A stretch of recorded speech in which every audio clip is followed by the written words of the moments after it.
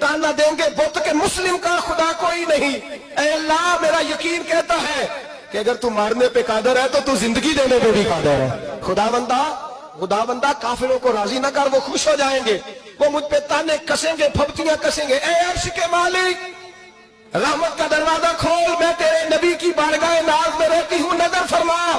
हजरत अनस बिन मालिक फरमाते हैं ईमान, यकीन और इस्तकामत के साथ उस ने जब दुआ मांगी तो हमने मस्जिद नबवी के शहर में अजीब नजारा देखा। एक माँ ने दुआ मांगी तो बेटा उठ के बैठ गया। कहते हैं बेटा उठ के बैठ गया, कलमा पढ़ तो वो उठ के बैठा। माँ ने सीने से लगाया और माँ और बेटा नारे लगाने लगे, लोगों सुनो, कुरान भी सच्चा, इस्लाम भी सच्चा, अल्लाह भी सच्चा, ये मस्जिद नबी सच्चों का घर, और सबसे बढ़ के अल्लाह का रसूल सच्चा। अल्लाह के रसूल सच्चे, महबूब सच्चे, मस्जिद में रहने वालों में सबसे बढ़कर सच्चे रसूल कायनात सल्लल्लाहु अलैहि वसल्लम का दीन सच्चा। फरमाते हैं रसूल पाक को खबर दी तो महबूब ने मुस्कुरा के फरमाया मेरे रब की ताकतें बड़ी ज्यादा है। इन्नल्लाह अला कुल्लि शैइन कदीर, अल्लाह की ताकत बड़ी है। ईमान था, यकीन, इस्तकामत, बच्चा उठ के बैठ गया। हजरत अनस कहते हैं वो हुजूर के जमाने में भी हयात रहा, विशाले ज़ाहिरी के बाद हजरत अबू बकर के जमाने में भी मौजूद रहा, उमर के जमाने में भी मौजूद, हजरत उस्मान के जमाने में उसकी माँ का इंतकाल हुआ, उसने अम्मा को दफन किया और माँ के बड़े अरसे के बाद उसने पर्दा किया।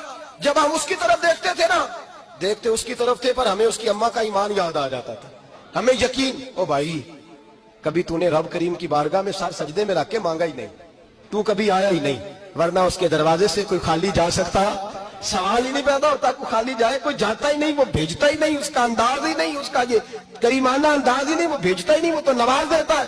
ईमान, यकीन, इस्तकामत अपनाइए, ओढ़िए अपनी जिंदगी में, अल्लाह तबारक व तआला के साथ जुड़िए। ये तो दुनियादारों के साथ हम ताल्लुक जोड़ के रखते हैं, कभी SMS, कभी टेलीफोन, कभी ईद पे मुबारकबाद, कभी फलां जगह, दुनियादारों से जोड़ के रहते हो। खुदा से जोड़ के रहो, कभी फजर में जुड़ जाओ, कभी जोर में जुड़ जाओ, कभी तिलावत में जुड़ जाओ, कभी दुरूद और सलाम की वजह से रब करीम के साथ ताल्लुक बनाओ, कभी रमजान में, कभी ईमान में, कभी हज में, कभी उम्रे में, कभी किसी गरीब की मदद में, कभी किसी लाचार की मदद में, कभी बेकस की मदद में, कभी मजबूर की मदद।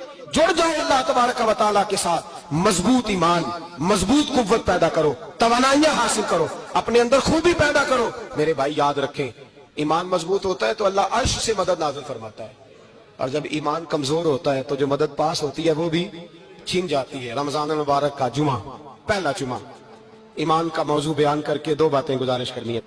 एक वादा किया मेरे नबी पाक ने, जरा एक तजर्बा करें तो सही, इस पर भी जरा तजर्बा करें, ये 8 दिन ये नुस्खा आजमाएं तो सही।